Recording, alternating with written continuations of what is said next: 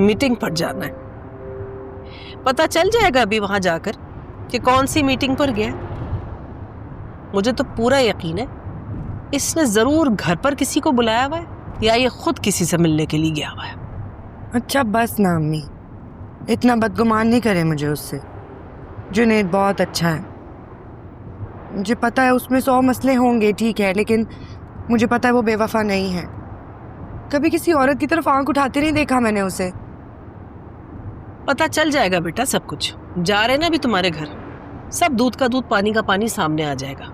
अच्छा देख के चलाए ना। मैं बहुत अच्छे से देख कर चला रही हूँ। कॉल करके पूछो उसे। कोई जरूरत नहीं, जा तो रहे उसके पास।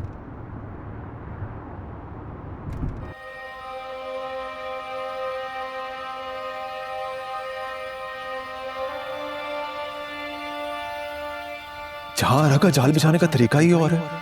वो खुद किसी से नहीं कहती कि मेरे घर आओ। अदाएं ही ऐसी दिखाती है कि इंसान अपनी बीवी को छोड़कर उसके पास चला जाता है। कभी ये नहीं कहती कि मेरी तारीफ करो, दूसरे को मजबूर कर देती है कि इंसान उसकी तारीफ करे, उसकी खूबसूरती की तारीफ करे। अपनी जुबान से उसने आज तक ये बात नहीं की कि उसे क्या चाहिए। सामने वाले को मजबूर कर देती है कि उसके सामने सब निछावर कर दे अपना। तुम्हें पता है वो जानबूझकर ऐसे किराएदार रखती है जिनके बच्चे नहीं होते, ताकि उनका रिश्ता खत्म करवाने में उसको कोई मुश्किल पेश ना आए। न जाने क्या घोलकर पिला देती है कि इंसान उसकी तरफ ही खिंचा चला जाता है, जो आज तक समझ में नहीं आया।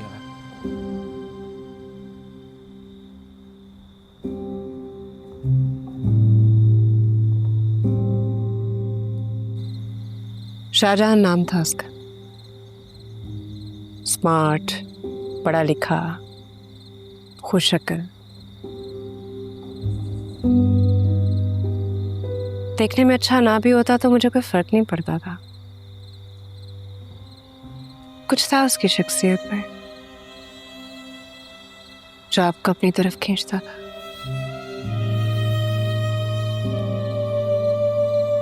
था तो रिश्तेदार, मगर दोस्ती हमारे रिश्तेदारी से बढ़ के उसके और मेरे घर में ज़्यादा दूरी नहीं थी। यहाँ शायद दिल इतने करीब थे कि दूरी का एहसास ही नहीं होता था। हर रोज़ हम एक दूसरे के घर आया जाया करते थे, कभी किसी बहाने तो कभी किसी बहाने। जवानी की दहलीज पे कदम रखा तो दोस्ती प्यार में बदल गई। घंटों फोन पे बातें करना, और जब कभी एक दूसरे के सामने आते थे तो बोलती बंद हो जाती थी। और शरीफ इतना था कि कोई गाली भी दे जाता था ना उसे, कुछ नहीं कहता था आगे से,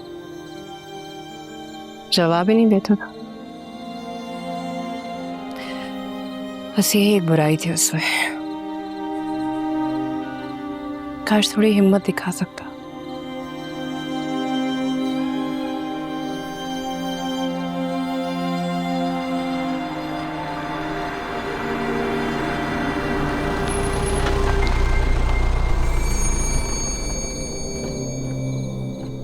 क्या हो?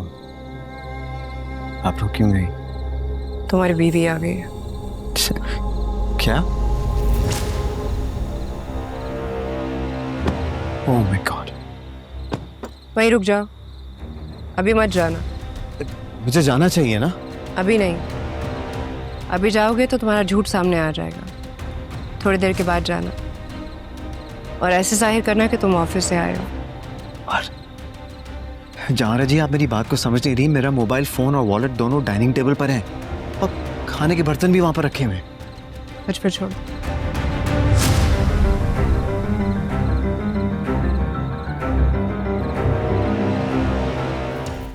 जीजी ने तुझे बुलाया नहीं? मतलब अपनी गलती का एहसास तो हुआ होगा उन्हें।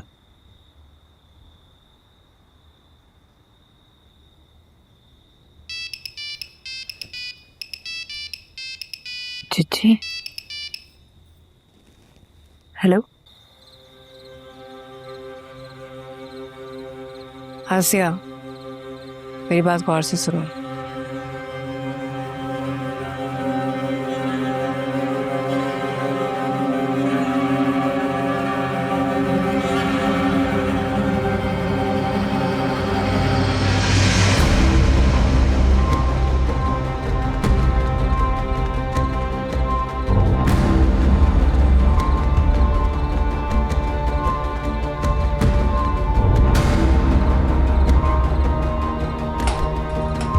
अस्सलाम वालेकुम जी। वालेकुम वालेकुम अस्सलाम।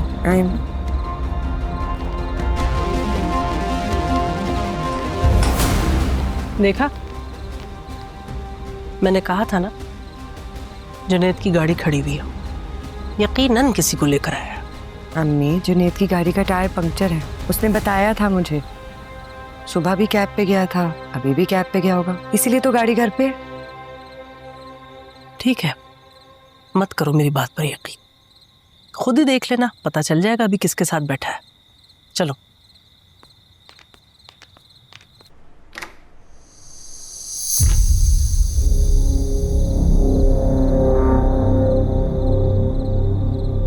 मैंने कहा ना वो अंदर ही है, आओ चुपचाप।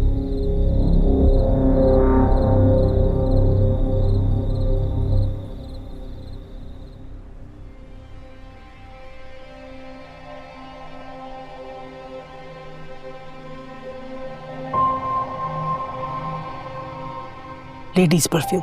अम्मी, जुनैद का परफ्यूम है। क्या होगा?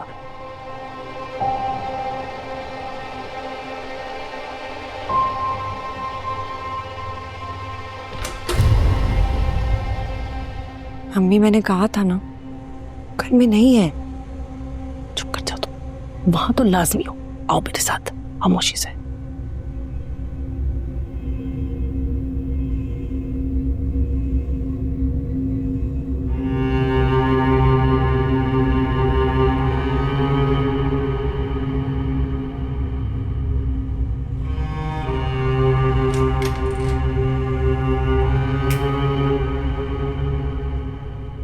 कह रही थी ना घर में सिर्फ मैं और आप हैं और कोई नहीं है। हाँ, तो मैं तो पहले ही कही थी कि वो घर पर नहीं होगा, बाहर किसी को लेकर गया होगा।